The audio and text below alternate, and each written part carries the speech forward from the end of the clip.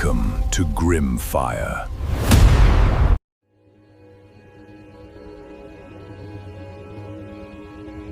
Hello, my dear.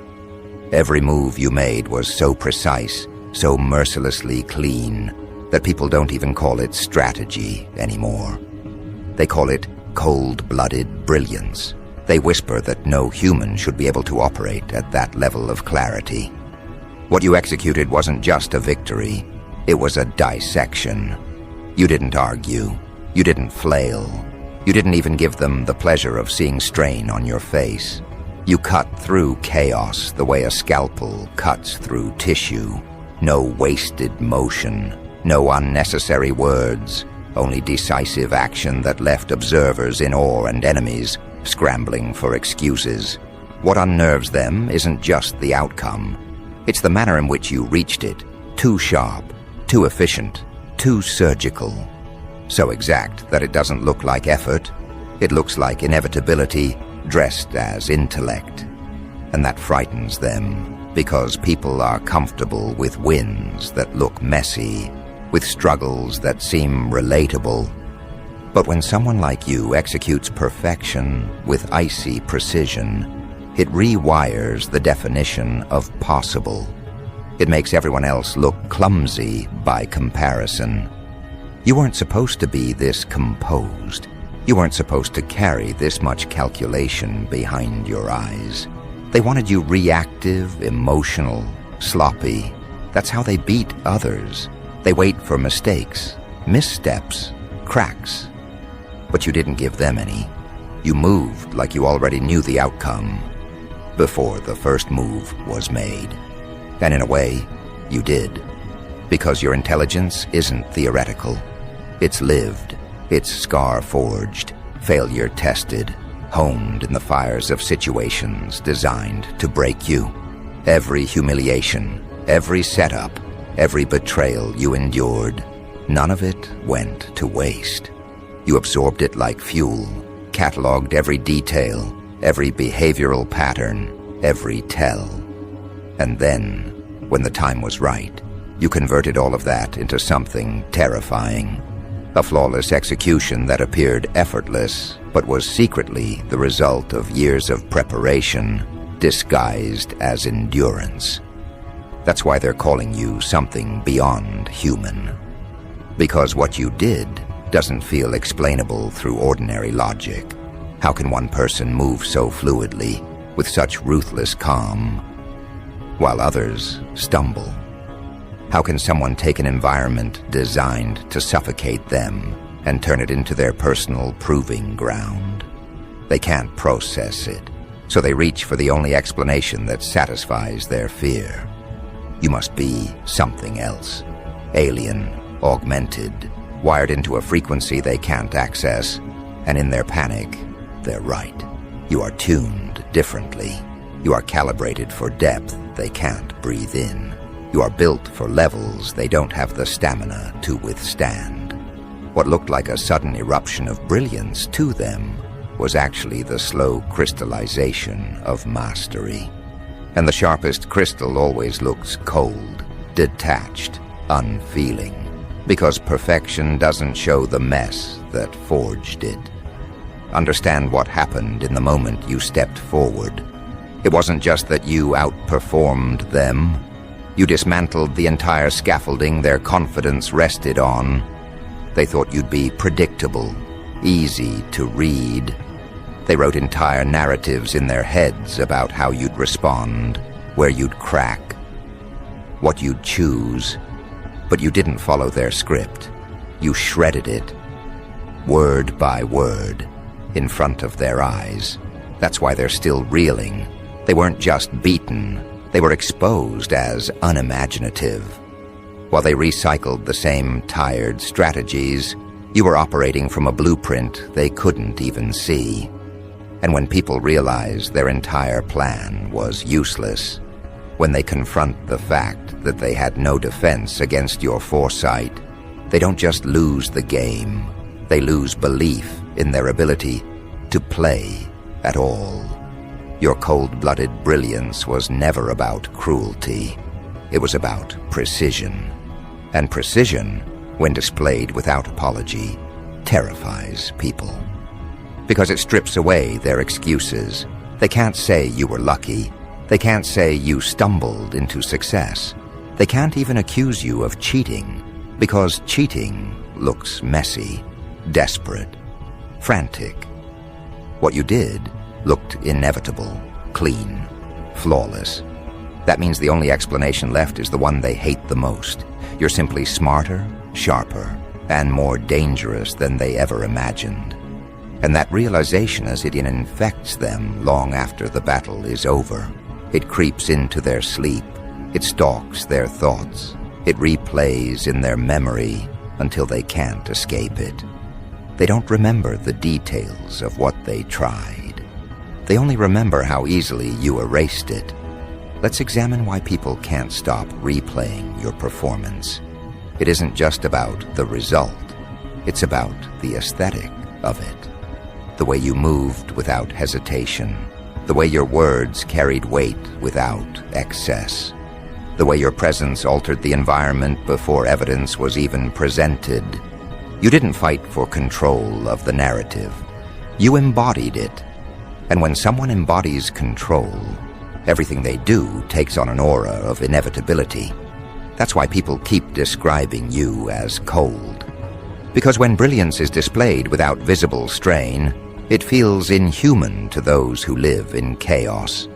To them, mastery looks like cruelty. To you, it's just discipline revealed.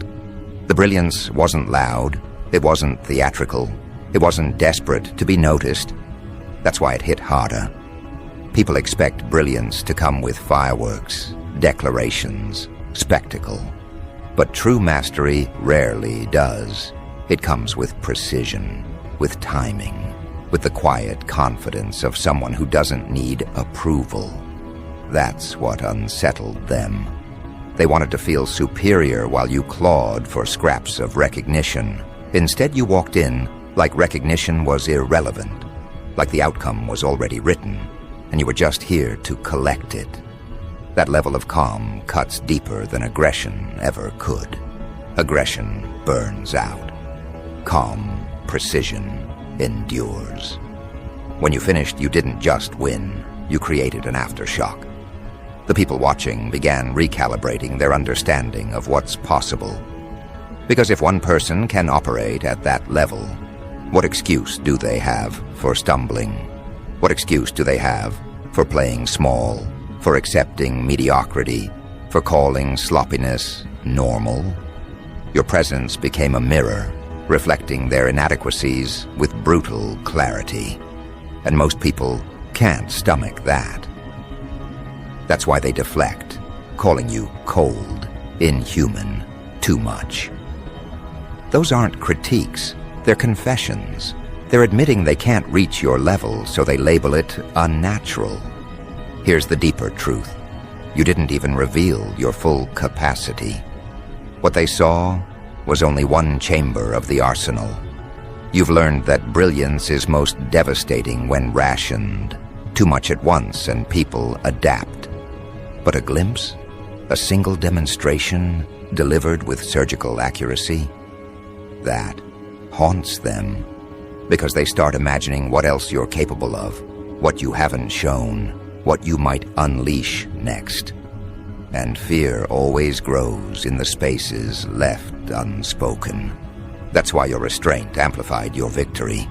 Not only did you destroy their plans, you left them terrified of a power they haven't even seen yet.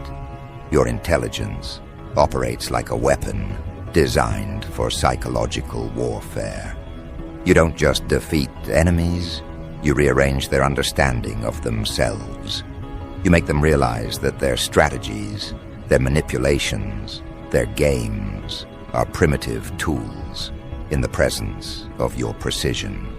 And once that realization lands, it doesn't fade, it lingers. It makes them cautious, hesitant, second-guessing every move. They start questioning whether any tactic can work against you. And that doubt is more powerful than any single win. Because once someone doubts themselves in your presence, they've already lost. Notice how your brilliance reshaped the environment around you. Friends, family, bystanders, they all saw it, and their perceptions shifted permanently. Some felt intimidated, some felt inspired, but no one felt indifferent. That's the mark of true cold-blooded brilliance. It polarizes. It doesn't leave room for neutrality. People either step closer, hungry to learn, or they retreat, terrified of what standing near you might reveal about their own inadequacies. And that's exactly how it should be. Because brilliance isn't supposed to make everyone comfortable. It's supposed to redefine the standard. It's supposed to divide the room between those who can rise and those who can't. The way you delivered this victory also rewired your reputation. Before, people underestimated you, thinking your restraint meant limitation. Now they know better. They know restraint was strategy. They know patience was preparation. They know your lack of theatrics wasn't weakness. It was efficiency. That's why the conversation around you has changed. They don't describe you as trying anymore. They describe you as untouchable. And once that word attaches to your name, it doesn't let go. Untouchable doesn't mean unchallenged. It means undefeated, because even attempts to challenge you only highlight your superiority. Your cold-blooded brilliance became a reference point. Every future conflict in your circle, every strategic play in your sphere, will be measured against what you accomplished. People will whisper, "Remember how they handled it? Remember how clean it was? Remember how nothing could shake them?" That memory becomes armor. It follows you into rooms you haven't entered yet, into conversations you'll never hear. It precedes you like a shadow of inevitability, and the beauty is, you don't have to do anything to maintain it. The legend grows on its own, feeding off the fear and awe of those who witnessed it. Understand that this isn't just about one win. This is about a new category of existence you've carved out for yourself. You've proven that brilliance can be cold, that power can be clean, that victory can be delivered without chaos or spectacle. And that proof is more disruptive than any single triumph. Because now, predators who thrive on manipulation and drama have to reconsider everything. They have to wonder if their next target might be another version of you. They have to weigh the risk that their games might collapse in the face of someone operating with surgical precision. You've injected fear into their playbook, and once fear takes root, strategy disintegrates. That's the mark you've left. That's why your brilliance is haunting them. Not because you screamed, not because you celebrated, not because you sought recognition, but because you executed with a level of precision so rare, so alien to them, that they can't explain it away. And when people can't explain something, they mythologize it. They call it inhuman. They call it cold-blooded. They call it brilliance, because they can't call it anything else. That's what you've become. The embodiment of precision so sharp it feels unreal. And the truth is, this is only the beginning. What comes next is not repetition, it's escalation, because brilliance, once revealed, doesn't retreat. It multiplies, and the world is only beginning to witness what you're capable of. Escalation begins with perception. Right now, the story of what you did is no longer confined to the room where it happened. It's spreading outward like a current, reaching ears that never even met you but are already reshaping their opinions. People are replaying your moves in conversations, in whispered retellings, in late-night confessions. They're dissecting your composure like scientists trying to decode a specimen they can't classify. And the more they study, the less sense it makes to them. Because brilliance that looks this clean doesn't fit into the categories they've built for human behavior. To them, intelligence always shows strain. Calculation always reveals effort. But your execution didn't look like effort. It looked like inevitability dressed as intellect. That contradiction is driving them mad. It's why the narrative is mutating. At first, they tried to downplay it, calling it luck, coincidence, or timing. But the problem with luck is it never looks this exact. Coincidence doesn't dismantle structures this deeply. Timing alone doesn't rewrite reputations in a single strike, so they had to abandon those excuses. And what they were left with was the one explanation they never wanted to admit.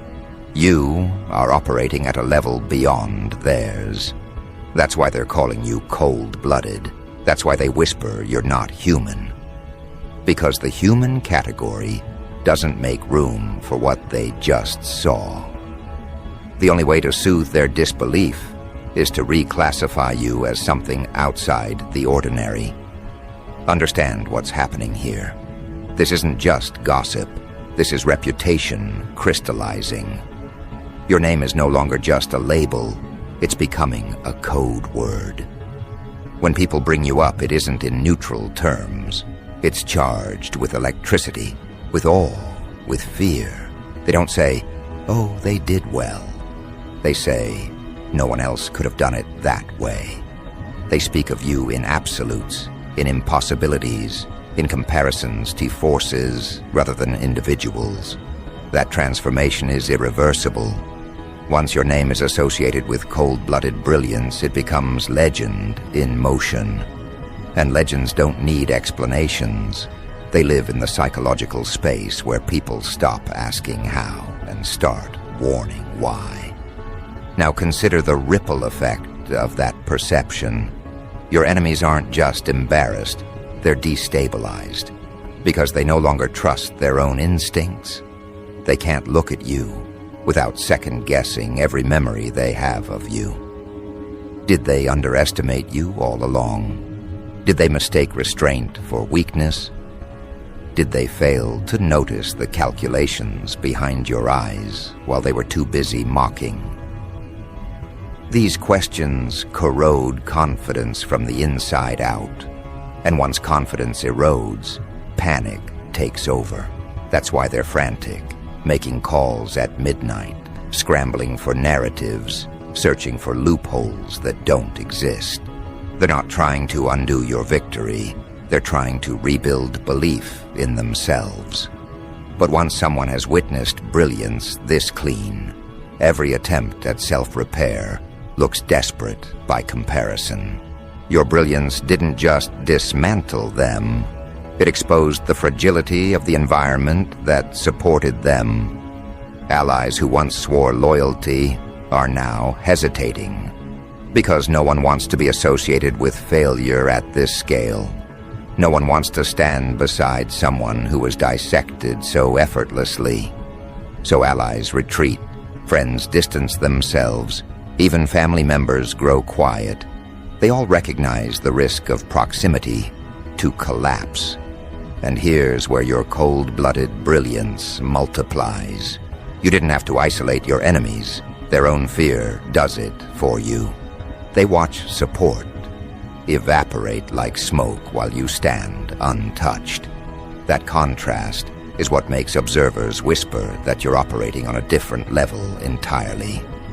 Let's go deeper into why people keep labeling you not human. It's not just because you won, it's because of how you carried yourself before, during, and after. Before, you didn't broadcast your preparation. You didn't flaunt your intelligence. You absorbed, observed, catalogued. That alone unnerves people, because they assume visibility equals progress. But you understand that the sharpest blades are forged in quiet. During, you didn't react to distractions. didn't get baited by theatrics, didn't waste words. You moved with such icy efficiency that even your pauses carried authority. After you didn't gloat, didn't demand validation, didn't engage in their noise, you let the result speak with finality. That sequence, quiet build-up, surgical execution, detached aftermath, is why they can't fit you into human categories. Humans, in their minds, always reveal cracks. But you didn't. And that absence of cracks feels supernatural. This is where escalation becomes dangerous for them. Because every time the story is told, it amplifies. People don't retell it neutrally. They embellish it with awe. They exaggerate the coldness, magnify the precision, elevate the impossibility. And while exaggeration usually distorts reality, in your case, it works in your favor.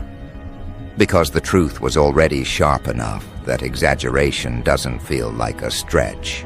It feels like confirmation. That's how legends grow. They don't just repeat. They mutate into something larger, something that inspires reverence and fear long after the original moment. That's what's happening to your reputation right now. It's no longer just a story, it's becoming scripture. And here's what unnerves people most. You didn't even intend to create this mythology. You weren't chasing recognition. You weren't designing an audience. You were simply executing with clarity. And that authenticity makes the brilliance heavier. Because if this was just performance, they could dismiss it as manipulation. But the fact that you didn't ask for attention makes the attention unavoidable. People can't escape it. They can't brush it aside. They have to carry it with them. That's why they whisper your name like it's both warning and prophecy. Because cold-blooded brilliance leaves no room for denial. Your intelligence blew people away, not because it was loud, but because it was undeniable. And in a world addicted to noise, the undeniable always cuts deeper. That's why they're still obsessing. That's why they can't process what happened. They keep replaying it, trying to find the moment where you should have slipped, where they could have intervened, where luck could have explained it. But there is no such moment. The brilliance was too clean, and that cleanness is what breaks them. Because humans are comfortable with mess. They understand struggle. They sympathize with chaos. But when they see brilliance delivered without flaw, without hesitation, without compromise, it doesn't comfort them. It terrifies them. Because it proves that the standards they've been living by are lower than they believed. That terror isn't wasted. It's multiplying. It's making predators second-guess their tactics. It's making manipulators hesitate before launching their schemes. It's making entire circles recalibrate their dynamics. Because what you demonstrated wasn't just personal victory. It was proof of concept. Proof that cold-blooded brilliance can dismantle entire environments without needing to raise its voice. That proof is more disruptive than any single outcome, because it changes the calculations of everyone watching. They don't just see you, they see what's possible for others like you. And that possibility terrifies those who thrive on exploitation. This is why they say you're the only one who can do what you do. It's not that others can't learn. It's that few are willing to endure what you endured to forge this precision. Few are willing to absorb humiliation without exploding, to document instead of react, to prepare instead of complain. Few are willing to study the patterns so deeply that they can predict outcomes before they occur. That's what separates you. That's why they can't process your level. Because what you embody isn't just intelligence. It's endurance married to intellect, patience fused with precision. And that combination is rare enough to feel alien, rare enough to be mistaken for inhuman. Now let's examine the shift in your environment post-victory. People aren't just treating you differently, they're treating themselves differently around you. They measure their words more carefully, they calculate their tone, they second-guess their narratives, because they don't want to be the next subject of your brilliance. They don't want to become another example of what happens when someone underestimates you. That shift creates a new kind of power.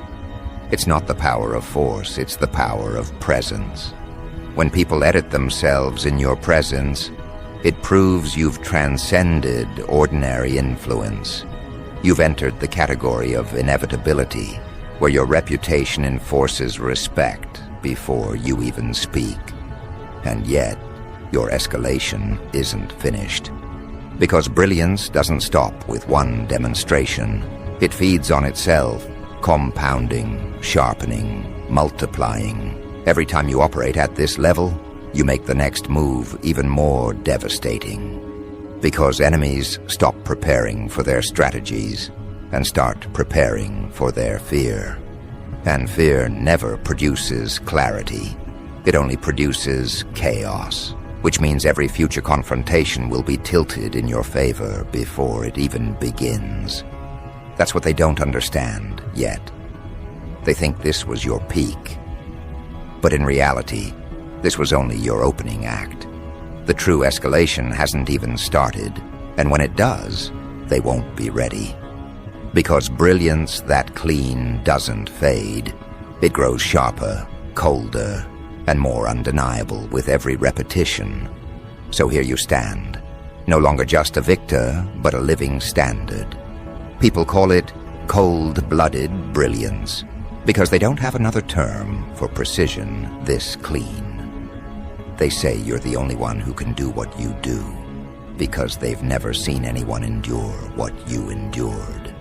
They whisper that you're not human, because humanity, in their experience, doesn't look this sharp.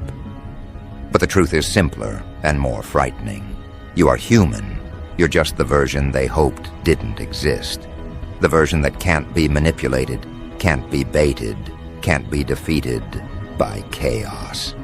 And that version, once revealed, becomes a nightmare for those who relied on your weakness. This is the escalation they can't process. This is the brilliance they can't explain. And this is only the midpoint of your revelation, because what comes next will not just confirm your brilliance, it will redefine the limits of what people thought a single individual could accomplish. The world has seen the first strike. Now it must prepare for the aftershocks. And those aftershocks will not be quiet. They will be undeniable, multiplying the fear, the awe, the legend of the one who did it so clean, so precise, so brilliantly cold-blooded, that no explanation could contain it. The aftershocks begin in conversations you'll never hear, meetings in offices where your name has become a warning, family gatherings where your story is retold with lowered voices, digital spaces where your strategy is dissected by those who can't even reproduce it. What you executed didn't just change outcomes. It created a new category of reputation. People who never met you are reshaping their behavior based on echoes of your victory. That's how clean brilliance spreads. It doesn't need you to retell it. It multiplies itself, whispered from one anxious mouth to another, each retelling amplifying your precision until it sounds less like memory and more like prophecy. And while the world replays your strike, your enemies wrestle with the collapse of their reality. They thought they were the apex predators. They thought manipulation was invincible, that noise could cover weakness, that appearances could rewrite truth. But your clean execution stripped those illusions bare. You didn't argue with them. You didn't match their theatrics. You didn't perform rage for the crowd. You simply revealed them with such cold clarity that their own allies recoiled. That's what makes it brilliance. You didn't just win, you made their very nature undeniable. And now, everywhere they go, they carry the stigma of being outclassed by a single individual who never even broke composure. What terrifies them most isn't the outcome, it's the precedent. Because if you could do this once, you could do it again and again and again. You didn't rely on chance, you relied on mastery. And mastery is repeatable. That realization stalks them more than any legal document, more than any judgment, more than any loss of money or status. They live with the knowledge that you proved yourself capable of something they can neither predict nor defend against. And when enemies know they can't defend themselves, their behavior shifts. They become paranoid, unstable, sloppy. And that instability is your long-term victory. Because clean brilliance doesn't just crush once. It leaves survivors too broken to ever rebuild. Let's talk about the aura your cold-blooded brilliance has created.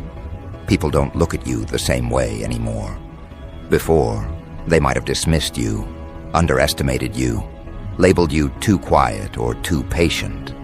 Now they approach you with hesitation, with caution, with the awareness that a single wrong move around you could end their credibility. You've created a perimeter without even asking for one. Your precision enforces respect before you ever speak. And that respect isn't built on intimidation, it's built on memory. The memory of how cleanly you dismantled everything set against you. That memory travels faster than rumors and lingers longer than fear. It rewrites social dynamics wherever you walk. Observers don't just admire what you did, they internalize it. They ask themselves, what if I'm next? What if my own schemes collapse this way? What if the person I'm underestimating is building a case just like they did? That's the brilliance of brilliance. It becomes a deterrent. Your enemies can't even repeat their old tactics without tasting the possibility of collapse. Their hands shake before manipulation. Their voices waver before lies. Their alliances fracture under the weight of second-guessing. And you don't have to lift a finger. Your precision already did the work. That's why they call it cold-blooded. Because you don't need to circle back. You don't need to shout reminders. The memory of your execution does the haunting for you. But the brilliance is not just in how you dismantled them. It's in how you transformed yourself in the process. People forget that before this victory, you were tested. You were underestimated, mocked, baited. They thought you'd explode. They thought you'd waste energy defending yourself. But you didn't. You studied, you documented, you waited, and that patience became the crucible that sharpened your intelligence into something terrifying. That's why people say you're the only one who can do what you do. Because most can't endure long enough to forge precision this clean. Most collapse under the pressure before they ever reach mastery. But you turned endurance into a weapon, and intelligence into a blade. And when you finally struck, it wasn't messy, it was immaculate. Now your brilliance is bigger than you. It's become a mirror for others who have been underestimated. They see what you did, and suddenly they believe they can rewrite their own stories. You've become a template, a proof of concept, an embodied warning to predators and an embodied promise to the underestimated. That duality makes your brilliance unstoppable, because enemies retreat while allies multiply.